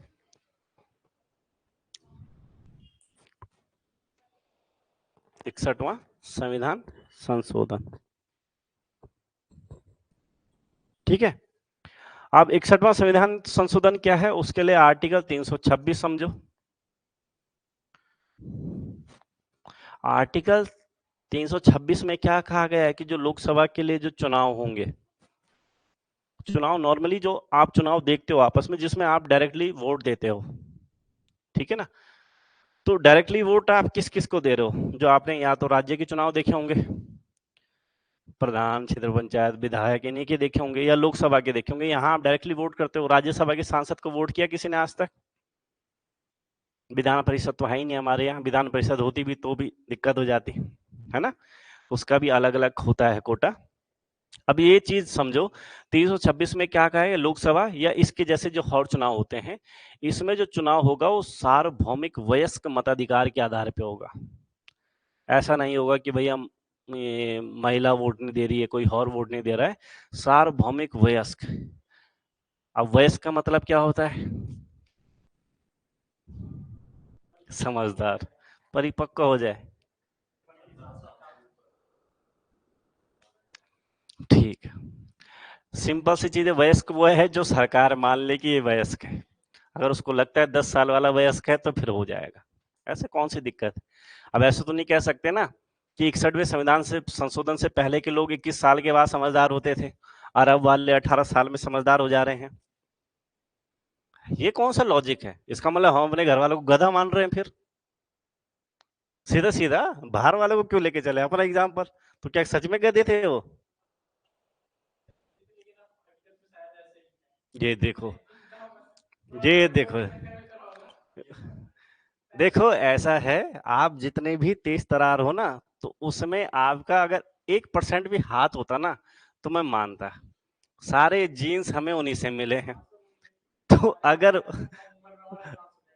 कम उम्र में इसलिए एडवांस हो जाएंगे कि उनका एनवायरमेंट आसपास कैसा है ना। उनके पास उतनी चीजें, उतना संसाधन नहीं था कि कोई समस्या आ गई। अब सोचा आज से 15 साल पहले जो 12वीं में पढ़ रहा है, मान लो बच्चा, उसको केमिस्ट्री में नहीं आ रहा है कि बेंजीन क्या होती है, ये चीजें क्या होती है, तो उसके पास एक ही सोर्स था कि टीचर जैसा समझाएगा। आज के टाइम पे उसको नहीं आता है तो फटक से देख लेगा और वो पिक्चर से समझा देगा कि टिश्यू ये होते हैं, उत्तक ये होते हैं, ठीक है, ऐसा माइक्रोप्लाज्मा होता है, ये चीजें होती है, तो वो देख रहा है, सीख रहा है। तो उसमें दिमाग का दोष टेक्नोलॉजी का वो है, खेल है। दिमाग तो वही चला आ रहा है और दिमाग ज्यादा अच्छा उनका था, क्योंकि उनको आज अ से लेकर ज्ञा तक याद रहता है, हमें नहीं याद रहता है। ठीक है, क्योंकि हमसे कोई पूछेगा तो हम 2 मिनट में टाइप करके देखेंगे, तो हमने किस पर डिपेंड हो गए। तो दिमाग का दोस्त उन्हें मत दो, टेक्नोलॉजी नहीं थी उनकी टाइम पे, इसलिए वो ऐसे हुए हैं। ठीक है, ऐसा थोड़ा ना है कि उस टाइम वाले आईएएस नहीं बने, बने भैया, आज भी बन रहे हैं, उस टाइम में बन रहे हैं। आज चीजें इजीली अवेलेबल हैं तो हमें लगता है हम बहुत एडवांस है। और सेम चीज आज से 10-15 साल बाद कोई और हमारे बारे में बोलोगे कि ये गधे हैं, तो ऐसा कैसे प्रमोशन हुआ आपका कि अभी आप टैलेंटेड हो, 10-15 साल बाद आप गधे हो जाओगे? ऐसा नहीं कह सकते। ठीक है, एक चीज, निबंध लिखने हैं प्रभु, आंसर राइटिंग, तो ऐसे शब्दों के प्रयोग से बचिएगा। ठीक है, क्योंकि इंटरव्यू में जो जाएगा तो जो तैयारी करके जाता ना, धरी की धरी रह जाती है। क्यों? उनको सिंपल सी एक चीज पता है कि बेटा, अगर कोई बच्चा यहाँ पर बैठा है तो पढ़ के तो आया ही होगा, क्योंकि तभी यहाँ तक पहुंचा है। तो ऐसे क्वेश्चन नहीं पूछेंगे कि एक केले को 6 लोगों में कैसे बांटोगे, जो आते हैं ना, ऐसे नहीं पूछे जाते हैं। नॉर्मल क्वेश्चन पूछेंगे। जैसे एक क्वेश्चन मैं आपसे पूछता हूँ, पूछूं एक क्वेश्चन? ठीक है, आप कुछ नहीं, आपको आंसर भी आता होगा उसका। आप मुझे 7 महाद्वीपों के नाम बता दो। हम्म हम्म अंटार्कटिका, ठीक है। हम्म ठीक है, देखो इसका आंसर हर किसी को आता था। अब क्या इनके आंसर में कुछ गड़बड़ है क्या? है, कर्म का गड़बड़ है। या तो एक तरफ से शुरू करो या एक तरफ से शुरू करो। आंसर कुछ टफ नहीं था इसका, उससे पता चलता है। ठीक है, बहुत सारी चीजें हैं। अगर मैं आपसे पूछूं कि 3 महिला नेताओं के नाम बताइए, कभी की भी, किसी भी जमाने की पता हो आपको? एक रेखा आर्या, जो भी है, हाँ बताओ बताओ, रेखा आर्या, हाँ ठीक है। और कोई है? ममता बनर्जी और अमृता कौर, है ना? आंसर पता है, इसका आंसर सब दे देंगे। अब इनके आंसर में क्या खामी है? कर्म, क्या उनसे कर्म की क्या बात है इसमें? इसमें कोई भी नाम ले लो, इसमें इज्जत की खामी है। अगर बोलते भारत के पहले प्रधानमंत्री पंडित जवाहरलाल नेहरू बोलते हम, तो हमने सम्मान दे दिया उनको ना लगा के। मायावती, क्या है मायावती? ममता बनर्जी, क्या है ममता बनर्जी? भाई जीवन के इतने साल घिसे होंगे, चाहे हम कितना भी क्रिटिसाइज करें, आदमी जितना बड़ा होगा उतना क्रिटिसिज्म होगा, वो बात अलग है। बिना मेहनत के तो नहीं पहुंची होगी ना वो महिला वहां पे। तो चाहे सुश्री बोलो, कुछ भी बोलो, लेकिन जब वर्डिंग करो तो थोड़ा सा तमीज ले आओ बोलने में। तो इसलिए जब ऐसा पूछा जाएगा तो आपके बोलने से झलकेगा। ठीक है, तो तब बोलेंगे सर हमने आंसर तो सारे दिए और हमारे नंबर क्यों कटे? इसलिए कटते हैं नंबर। तो इसलिए जब किस चीज की तैयारी कर रहे हो तो अपने इंटरनली भी चेंज करो, अपने इथिक्स चेंज करो। पढ़ाई लिखाई होती रहेगी साथ में। ठीक है, तो इन चीजों का ध्यान रखिएगा जरा, बेसिक चीजें हैं। तो वयस्क मताधिकार, देखो उस 326 में क्या कहा गया है कि जो चुनाव होंगे, चाहे लोकसभा है चाहे कोई से भी हैं, जो डायरेक्टरी वाले होते हैं, उसका जो चुनाव होगा वो सार्वभौमिक वयस्क मताधिकार पे होगा। यानी कि सार्वभौमिक यानी गवर्नमेंट क्या मान रही है कि कौन वयस्क है। ठीक है, अब देखो जितनी भी चीजें हमारे संविधान में होती है ना, सब राजनीति से प्रेरित होती हैं। आपको पता होगा राजीव गांधी का टाइम, वर्तमान मतलब आज तक के इतिहास में सबसे ज्यादा बहुमत जिसको मिला वो व्यक्ति है राजीव गांधी। इतनी सीटें वो उनके टाइम पे आई थी, इतनी जवाहरलाल नेहरू के टाइम पे नहीं आई। इतनी किसके टाइम पे नहीं आती है? इंदिरा गांधी के टाइम पे नहीं आती, इनके किसी के टाइम पे नहीं आती, उनके टाइम पे आती है। उसका रीजन, यंग थे, सबसे यंग प्रधानमंत्री कौन? जब दोबारा लड़ना था तो खतरा था कैसे जीत सकते हैं। लेकिन होता है ना कि हम जब यंग लोग हैं तो हमें एक यंग आदमी ज्यादा अट्रैक्ट करता है। एक बुजुर्ग आदमी ढंग से बोल ही नहीं पा रहा है, बल बल बल बल लगा हुआ है, तो दिक्कत होती है थोड़ी सी। यंग आदमी है, कंप्यूटर की बात कर रहे हैं, कंप्यूटर क्रांति के लिए जाना जाता है उन्हें, तो उनको पता था यंग लोग पावर है मेरी। लेकिन उस टाइम तक जो वोट देने की उम्र थी सरकार की वो थी 21 साल। बम्पर वोट लाने का और इतनी सीटें लाने का एक कारण था 61वां संविधान संशोधन। इसमें क्या किया गया, उम्र को 21 से घटाकर 18। और आपको पता है भारत यंग लोगों का देश है, यानी कि जनसंख्या बहुत ज्यादा है, इतने बम्पर वोट आए थे इस वजह से।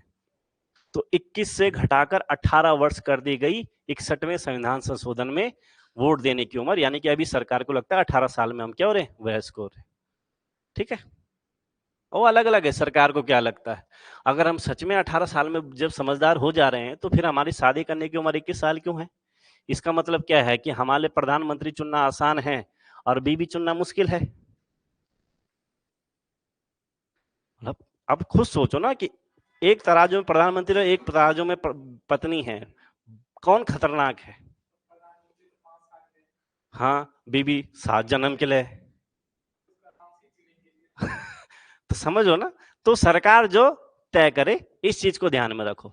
ठीक है, तो याद रखना 61वें संविधान संशोधन में वोट देने की उम्र 21 से घटाकर कितनी कर दी गई थी, 18 कर दी गई थी, तभी जीतते हैं, उन्हीं के टाइम पे होता है ये सारी चीजें। क्लियर है? याद रहेंगे, एक दो आर्टिकल लिखना। आर्टिकल 84, आर्टिकल 84, आर्टिकल 84 यानी कि अगर क्वेश्चन पूछ लिया प्रधानमंत्री बनने के लिए न्यूनतम आयु कितनी होनी चाहिए, 25 साल। अब ऐसा क्यों है? वैसा इसलिए है कि लोकसभा का आदमी मोस्टली सामान्यता लोकसभा का ही होता है, प्रधानमंत्री जो भी होगा यही माना जाता है। तो लोकसभा में चुनने की जो आयु है वो 25 साल है। लोकसभा में जो इलेक्शन लड़ेगा उसकी जो आयु है वो कितनी है, 25 साल। तो प्रधानमंत्री बनने के लिए न्यूनतम आयु कितनी चाहिए, 25 साल। यानी कि आप लोग भी भारत के प्रधानमंत्री राष्ट्रपति नहीं बन सकते हो लेकिन प्रधानमंत्री बन सकते हो। तो उनकी क्या है, योग्यताओं के बारे में वर्णन है और ये सारी चीजें लिखी हुई है। अब वो तो नहीं लिखा ना भारत का नागरिक हो, लाभ के पद पे ना हो क्यों, पागल ना हो, दिवालिया ना हो। ठीक है, अब लोकसभा का सदस्य, ठीक याद रहेगा, योग्यता। ठीक है, इसके अलावा एक याद रखेंगे, एक हमने आगे पढ़ना ही है, चौधरी चरण सिंह। 5 महीने भी नहीं रह पाई है, पर ऐसा नहीं है, क्योंकि क्वेश्चन कई बार बनता है किस प्रधानमंत्री ने कभी लोकसभा की बैठक का सामना नहीं किया या लोकसभा का सामना नहीं किया, सिंपल सा क्वेश्चन बनता है। देखो, जब इमरजेंसी लगी, विरोध हुआ इंदिरा गांधी जी का, तो उसके बाद जनता दल की सरकार आती है, पहले गैर कांग्रेसी प्रधानमंत्री बनते हैं मोरारजी देसाई, वो इस्तीफा दे देते, परेशान ऐसा कर दिया था उन्हें, तो उन्होंने इस्तीफा दे दिया, तो उनकी जगह पे आपके कौन बन गए, चौधरी चरण सिंह बन गए। अब जैसे ही कल बैठक होनी थी, जैसे ही कल बैठक होनी थी, कांग्रेस ने अपना गठबंधन तोड़ दिया गठबंधन जैसी तोड़ा तो सरकार गिर गई बेचारे। अब ऐसा थोड़ा जो प्रधानमंत्री बने वो जाना नहीं चाहेगा लोकसभा में, जाना क्यों नहीं चाहते होंगे, लेकिन जिस दिन इन्होंने बैठक में जाना था उससे एक दिन पहले इंदिरा गांधी जी ने इनका खेल खत्म कर दिया और ये इतिहास में सदा सदा के लिए अमर हो गए कि किस व्यक्ति ने कभी लोकसभा का सामना नहीं किया, चौधरी चरण सिंह ने। किसकी वजह से नहीं किया, कांग्रेस की वजह से नहीं किया, इंदिरा गांधी की वजह से नहीं किया। ठीक है, याद रहेगा। ठीक है, एक चीज और लिखिएगा इसके बारे में, यदि कोई लोकसभा सदस्य सदन की आज्ञा के बिना, यदि कोई लोकसभा सदस्य सदन की आज्ञा के बिना, सदन की आज्ञा के बिना लगातार 60 दिनों तक, लगातार 60 दिनों तक, लगातार 60 दिनों तक संसद अधिवेशन में अनुपस्थित रहता है, संसद अधिवेशन में अनुपस्थित रहता है,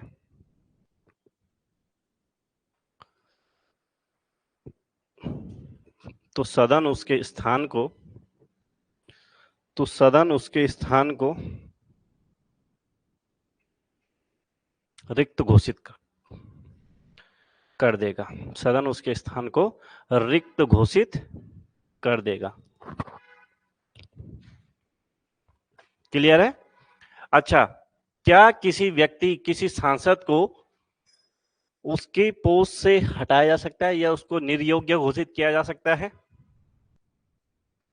अगर कोई व्यक्ति चुनाव लड़ा है तो उसको क्या उस पद से हटाया जा सकता है? सांसद के पद से तो हटाया जा सकता है, कंडीशन है।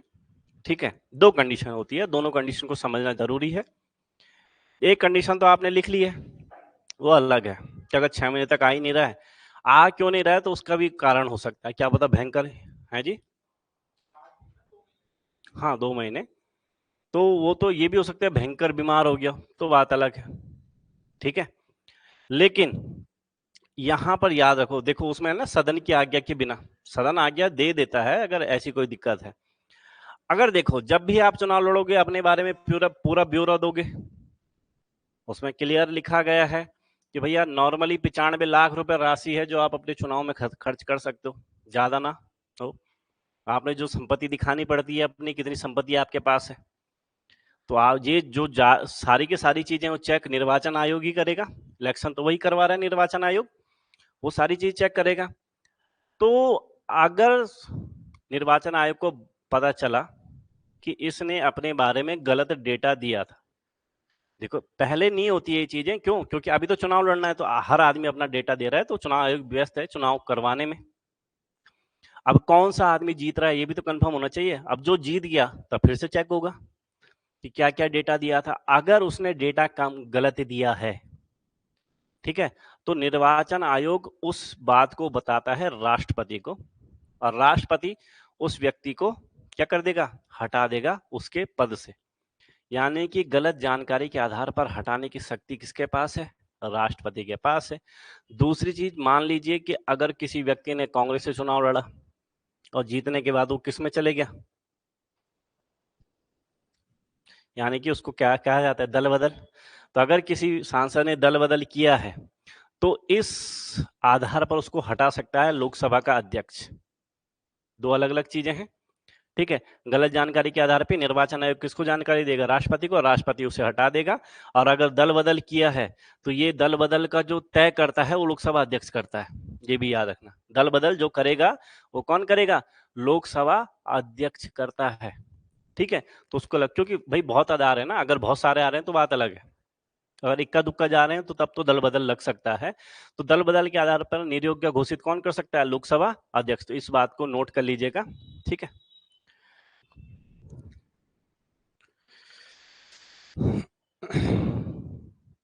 सदन के किसी सदस्य की निर्योग्यता का निर्णय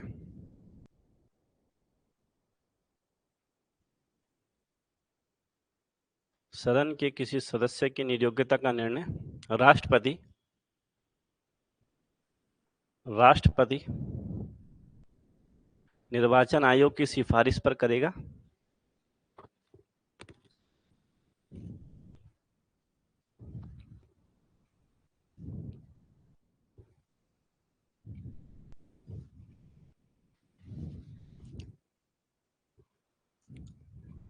निर्वाचन आयोग की सिफारिश पर करेगा तथा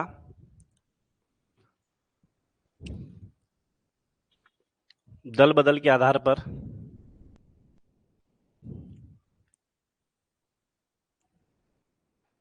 तथा दल बदल के आधार पर तथा दल बदल के आधार पर निर्योग्यता का निर्णय लोकसभा अध्यक्ष करेगा।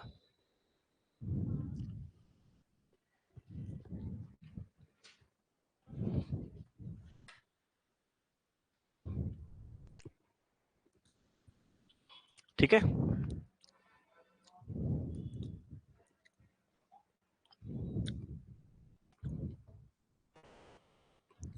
क्लियर हो गया? लिख दिया? अब देखो एक चीज और ध्यान रखिएगा इसमें। देखो लोकसभा की बैठक से 5 साल तक उसका कार्यकाल होता है। ठीक है, क्या उससे पहले भी लोकसभा को विघटित या भंग किया जा सकता है? किया जा सकता है। किसकी सिफारिश पर? कौन कर सकता है लोकसभा को विघटित कौन कर सकता है? मंत्री परिषद, यानी कि प्रधानमंत्री की सलाह पर। अगर प्रधानमंत्री राष्ट्रपति को ऐसा प्रस्ताव दे तो प्रधानमंत्री या मंत्रिपरिषद की सलाह पर राष्ट्रपति लोकसभा को उसके कार्यकाल से पहले भंग कर सकता है। क्या भंग किया है कभी भारत में? लोकसभा को भंग किया है? किया है। ठीक है, तो याद रखिएगा 8 बार। कितने बार? 8 बार। पहली बार कब किया था? 1970 में किया था। ठीक है, पहली बार 1970 में किया था और 1999 में अंतिम बार। तब से तो अभी तक नहीं हुआ है, तो इतने बीच में 8 बार लोकसभा भंग हो चुकी थी। ठीक है, इसके अलावा आर्टिकल 100 में एक बात लिखी गई है, ये हमने लोकसभा अध्यक्ष में भी पढ़नी है ये बात, कि देखिए जब भी सत्र होगा, बैठक होगी, जब भी क्या होगा, बैठक होगी, तो उसके लिए गणपूर्ति या कोरम होना आवश्यक है। तो कोरम कितना नियत किया गया है? तो ये नियत किया गया है संख्या, जितनी सीटें हैं उसका 1/10। जितनी सीटें हैं उसका 1/10। तो 1/10 552 का लगभग 55 निकलता है, लगभग इतना ही निकलता है। यानी कि अगर लोकसभा की बैठक चलनी होगी तो कम से कम कितने सदस्य चाहिए होंगे? 55 सदस्य। अगर उससे कम सदस्य हैं, 54 भी हैं, तो बैठक नहीं होगी। और अगर कम है तो ऐसी कंडीशन में, क्योंकि ये सदन को चलाने का काम, जिम्मेदारी किसके पास होती है? लोकसभा अध्यक्ष के पास होती है। तो लोकसभा अध्यक्ष तय करता है कि सीटें पूरी हैं, यहाँ पे लोग पूरे हैं कि नहीं है। तो वो क्या कर देता है? सदन को स्थगित कर देता है। ठीक है, तो कोरम कितना होना चाहिए? 1/10 होना चाहिए, चाहे लोकसभा हो चाहे राज्यसभा हो। तो राज्यसभा का 1/10 कितना निकलेगा? 25, लगभग 25, 250 है। एक चीज और याद रखना, इतना ही विपक्षी दल के नेता को अपने पास सपोर्ट चाहिए होता है, क्योंकि विपक्षी दल का जो नेता होता है उसको भी सेम वही पावर मिलती है जो मंत्रिमंडल मंत्रियों को मिलती है। वही भत्ते, वही सेवाएं, वही सुरक्षा उसको भी मिलेगी, जो क्या होगा? विपक्ष का नेता, नेता प्रतिपक्ष जिसको कहा जाता है। तो नेता प्रतिपक्ष कौन होगा?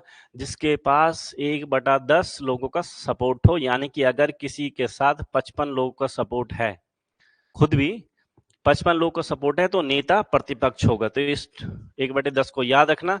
जो नेता प्रतिपक्ष होगा, जैसे अभी कौन है नेता प्रतिपक्ष? वही है जिन पर आजकल कोई ड्रामा भी चल रहा है ना, देखा क्या हुआ?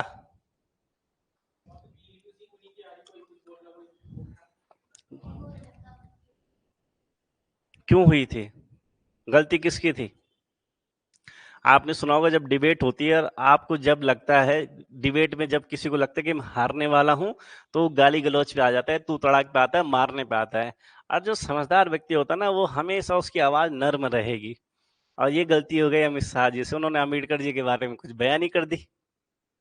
बयान नहीं कर दी तो हो हल्ला हो गया, हो हल्ला हो गया। तो इसको मैनेज कैसे करें? क्योंकि वो पार्टी बड़ी अच्छी जानी जाती है मामले को डिस्ट्रैक्ट करने के लिए। तो तुरंत धक्का मुक्की हो गया। राहुल गांधी बेचारा ऐसा आदमी हो गया कि हर कोई इल्जाम लगा रहा है। तो आजकल फोटो वायरल हो रखी है, वो एक मुन्ना भाई एमबीएस का मीम लगा रखा है कि वो जैसे उसके पिताजी देखने आते हैं तो करने लग जाता है। अब ऐसे वो ठीक है। ठीक है, तब होता है कि भाई मणिपुर में भी लोग वो हुए थे, तब तो तुम्हारा बड़ा फोन नहीं गया उन्हें, तो इनका बड़ा वो हो रखा है। गलती किसकी थी वो ध्यान रखो, चलो कोई बात नहीं। तो जो नेता प्रतिपक्ष होगा उसको भी 55 लोग यानी कि 1/10 लोग का क्या चाहिए? सपोर्ट चाहिए। ठीक है, नेक्स्ट हेडिंग डालो लोकसभा अध्यक्ष, फटाफट डालो। आर्टिकल 93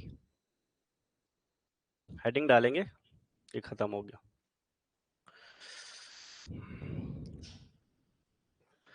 अरे लोकसभा अध्यक्ष थोड़ा कट करना, क्योंकि अभी इसमें एक दो चीजें हैं वो लिखनी है, अभी वो बच गई। अच्छा, एक चीज याद रखना कि अमेरिकी राष्ट्रपतियों के बारे में जब हम पढ़ते हैं, तो अभी तक 4 ऐसे अमेरिकी राष्ट्रपति हुए जिन्होंने संसद में आकर भाषण दिया है। कितने राष्ट्रपति अमेरिका से यहाँ आए वो संख्या अलग है। जैसे अभी जो राष्ट्रपति ये भी आए थे, हाउडी मोडी वाला है ना, वो आए थे। ठीक है, लेकिन उन्होंने संसद में कभी भाषण नहीं दिया। ठीक है, लेकिन कितने व्यक्ति जो संसद में आके भाषण देके गए हैं, जो अमेरिका के राष्ट्रपति रहे हैं, वो हैं आपके कितने? 4 लोग। ठीक है, 4 में से जो पहला व्यक्ति है वो है आपका आइवर हावर। एक नाम सुना होगा आपने, अगर केजीएफ पिक्चर देखी होगी आपने, वहां पे एक जब जाता ना वो बोलता है आई एम सीईओ, कहाँ का, इंडिया का, तो वो जिससे इंट्रोड्यूस करता है वो बोलता नहीं hello I am Jimmy Carter. ठीक है, आप अभी तक नहीं सुना होगा लेकिन आप पिक्चर देखोगे तब सुनोगे। ठीक है, एक और नाम सुना होगा आपने, बिल क्लिंटन।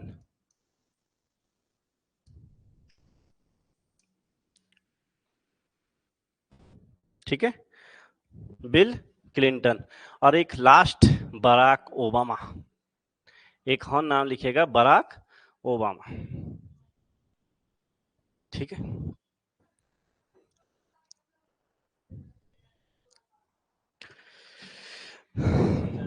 हम्म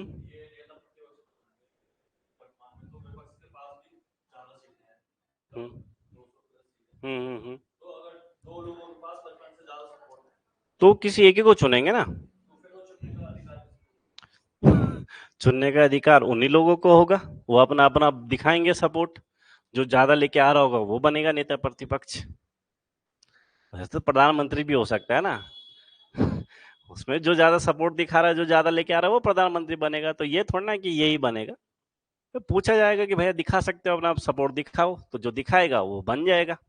ठीक है, इसके अलावा जो हमारी लोकसभा है, यानी कि लोकसभा के जो सेशन होते हैं वो 3 सेशन होते हैं, मेनली 3 सेशन होते हैं। इसके अलावा जितने होने चाहे हो कर लो, अपनी मर्जी है, लेकिन सेशन कितने होते हैं? 3 होते हैं। एक तो होता है आपका बजट सत्र, एक होता है आपका मानसून सत्र होता है, एक होता है आपका शीतकालीन सत्र। 3 सत्र होते हैं। इसमें यानी कि वो क्लियर है कि भाई यहाँ पे आओ, जो नीति नियम बनाने हैं वो बनाइए। ठीक है, और जब नीति नियम बनाए जाएंगे तो वहां पर काफी प्रकार के प्रश्न पूछे जाते हैं, जिनमें से एक होते हैं आपके तारांकित प्रश्न, जो कितने पूछे जा सकते हैं? 20 पूछे जा सकते हैं। अब तारांकित प्रश्न क्या हुए? देखो, नाम से समझो, तारांकित प्रश्न यानी कि उन प्रश्नों के ऊपर स्टार बना होगा। अब तारांकित प्रश्न क्या है ये समझिए। इसकी सूचना पहले देनी होती है कि हम ये प्रश्न पूछेंगे, क्योंकि 20 सेलेक्ट करने ना कि ये पूछ सकते हैं। ठीक है, तो पहले देनी होती है ताकि वो तैयार करके आए, और इसका आंसर हमेशा मौखिक रूप से ही दिया जाता है। इसकी सूचना पहले दे दी जाती है। ठीक है, जब भी होगा तो पहले ही, भाई मेरे को सवाल किससे करना है, उसको सूचना दे दी जाएगी। तो वहां पर क्या होता है, उन सवालों के ऊपर स्टार बना होता है, तो इसलिए इन्हें तारांकित प्रश्न कहते हैं। और ये 20 ही पूछ सकते हैं, और ये हमेशा ये जो जवाब मिलेंगे वो मौखिक में मिलेंगे। ठीक है, और जब आपके प्रश्नों का जवाब देगा जो मंत्रिमंडल, जो मंत्री होगा जिससे आपने पूछा होगा, जब आपके प्रश्न का उत्तर देगा और आप उसकी किसी प्रश्न से खुश नहीं हो, मतलब आप उससे दोबारा क्वेश्चन जब पूछ रहे हो, उसको अनुपूरक प्रश्न कहते हैं। उसने जब आपका जवाब दे दिया तो वो क्या हो गया? अनुपूरक प्रश्न हो गया, जब आपने क्वेश्चन किया फिर से। ठीक है, तो तारांकित प्रश्न क्या होंगे? जो पहले से नोटिस देना होगा उसके बारे में, और उसका जवाब हमेशा मौखिक रूप में दिया जाता है, लिखित रूप में नहीं। तो स्टार बना देते हैं, इसलिए उसे तारांकित प्रश्न कहते हैं। इसके अलावा एक पावर होती है लोकसभा सदस्यों के पास। क्या पावर होती है? कि जब भी सत्र शुरू होने वाला हो, चाहे वो बजट हो, चाहे शीतकालीन हो, चाहे मानसून हो, तो बजट शुरू होने के 40 दिन पहले और 40 दिन बाद उसको किसी सिविल मामले में गिरफ्तार नहीं किया जा सकता। ठीक है, किसी भी सिविल मामला तो समझते हैं आप। अरे 2 टाइप के न्यायालय होते हैं ना, न्यायालय तो एक ही होता है, वहां 2 टाइप की चीजें चलती है ना। एक फौजदारी होते हैं, क्रिमिनल लॉयर सुना होगा आपने, फौजदारी मामले जिनको कहते हैं। एक आपके क्या होते हैं? दीवानी मामले होते हैं। ठीक है, क्या होता है इन दोनों में अंतर?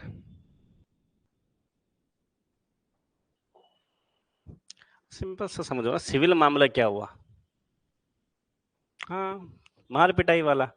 थोड़ा सा जमीन का मामला, लेन देन, सब इसी में आ गए। किसी ने, इसने मेरे को छेड़ा, इसने ये किया, ये सब सिविल मामले हो गए।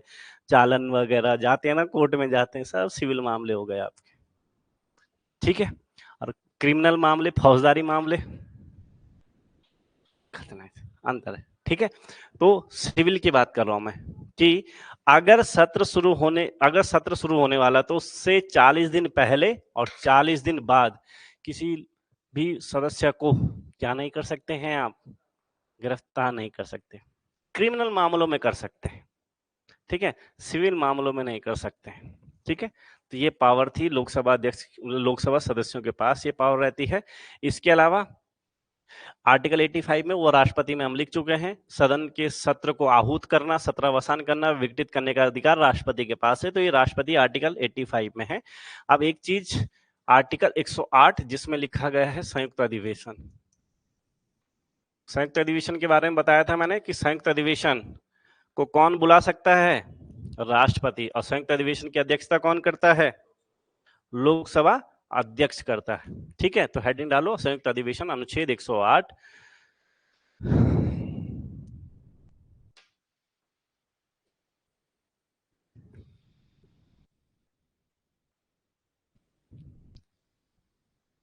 अनुच्छेद 108 क्या है आपका? संयुक्त अधिवेशन। ठीक है, तो मैंने पहले ही बताया था आपको संयुक्त अधिवेशन कि अगर इंपॉर्टेंट चीज है, थोड़ा सा कॉन्फ्लिक्ट हो रहा है और इंपॉर्टेंट है वो मामला, तो राष्ट्रपति ऐसी कंडीशन में क्या कर सकता है? संयुक्त बैठक बुला सकता है। जाहिर सी बात है, राष्ट्रपति का मतलब क्या हो? मंत्रिपरिषद ही बोल रही होगी उसको कि संयुक्त बैठक बुलाओ भैया। ठीक है, ऐसी कंडीशन आ सकती है, आती है। जब बहुत खतरनाक मामले हो गए घर में, तो तब बैठ जाते ना सारे लोग कि भाई बात करो। और छोटे मोटे झगड़े तो होते रहते हैं। आप लोग अगर भाई बहन होंगे तो लड़ाई तो पता नहीं कितने बार की होगी, लेकिन कभी कभी घर वालों ने समझाया होगा जब लड़ाई हद से ज्यादा हो गई होगी। इंपॉर्टेंट मामले, संयुक्त अधिवेशन तो बुला कौन सकता है? राष्ट्रपति। अध्यक्षता कौन करता है? लोकसभा अध्यक्ष। आज तक कितने बार संयुक्त अधिवेशन हुए हैं? 3 बार हुए हैं। कब कब हुए हैं? देखो, 61 में हुआ है, 78 में हुआ है, 2002 में हुआ है। क्यों क्यों हुआ है? देखो, 61 में मांगा दहेज। दहेज के लिए पैसा कहां से लाओगे? बैंक से लेके आओगे। बैंक से पैसा नहीं मिला तो पैसा आसानी से कैसे मिल सकता है? बन जाओ आतंकवादी। अरे वहीं तो मिलता है। आतंकवादी क्यों बनते हैं लोग? उनको पता है कि मैं तो मर जाऊंगा लेकिन मेरे घर वालों को पैसा मिल जाएगा छक भर के, है ना। एक नाम सुना होगा आपने, पोटा, प्रिवेंशन ऑफ टेररिस्ट एक्ट, है ना। तो 3 बार आज तक संयुक्त अधिवेशन हुआ है, याद रहेगा। दहेज मांगा, बैंक से पैसा लेने गए, पैसा नहीं मिला। पैसा नहीं मिला तो फिर क्या बने हम? आतंकवादी बने। तो 3 विधेयक हैं आपके। ठीक है, एक लिखेंगे 1961 वाला, कौन सा? दहेज प्रतिबंध विधेयक। दहेज प्रतिबंध विधेयक। दूसरा है बैंकिंग सेवा आयोग विधेयक। बैंकिंग सेवा आयोग विधेयक। और तीसरा क्या है आपका? पोटा लिख दो, आतंकवाद निवारक विधेयक।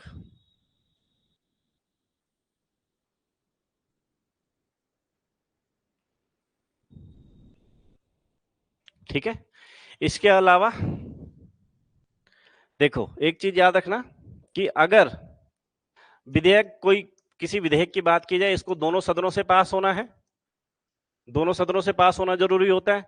अब विधेयक कुछ भी हो सकता है, या तो उसको राज्यसभा में रखा गया हो या उसको लोकसभा में रखा गया होगा, हो सकता है। अब मान लीजिए कि कोई विधेयक राज्यसभा में रखा गया और वो यहां से हो गया पास, ठीक है, उसके बाद वो गया लोकसभा में। ठीक है, लोकसभा में गया, लोकसभा में उस पर विचार ही चल रहा था, लेकिन लोकसभा भंग हो गई या इसका कार्यकाल पूरा हो गया। मान लीजिए यहां पास हो रखा था और कहां चले गया? लोकसभा में चले गया। लोकसभा में उस पर काम चल रहा था या बातचीत चल रही थी, तो क्या हो गया? वो लोकसभा भंग हो गई मान लो।